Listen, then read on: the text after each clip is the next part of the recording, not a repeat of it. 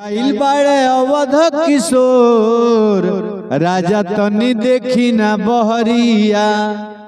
जनकपुर में जब भगवान राम दुल्हा बन के आइल बानी तो सखी लोग कहता का कि आइल बाड़े अवध किशोर राजा तनी देखी ना बहरिया। कि मिथिला के गली गली शोर राजा तनी देखी ना बहरिया। रूपवा के सागर हमन राम चारो भैया। कजरा में जादू भरली कौशल्या जी मैया। कि रूपवा के सागर हमन राम चारो भैया। कजरा में जादू भरली कौशल्या जी मैया। अरे दुई सांवर दुई गोर अरे राजा तनी जाई ना बहरिया।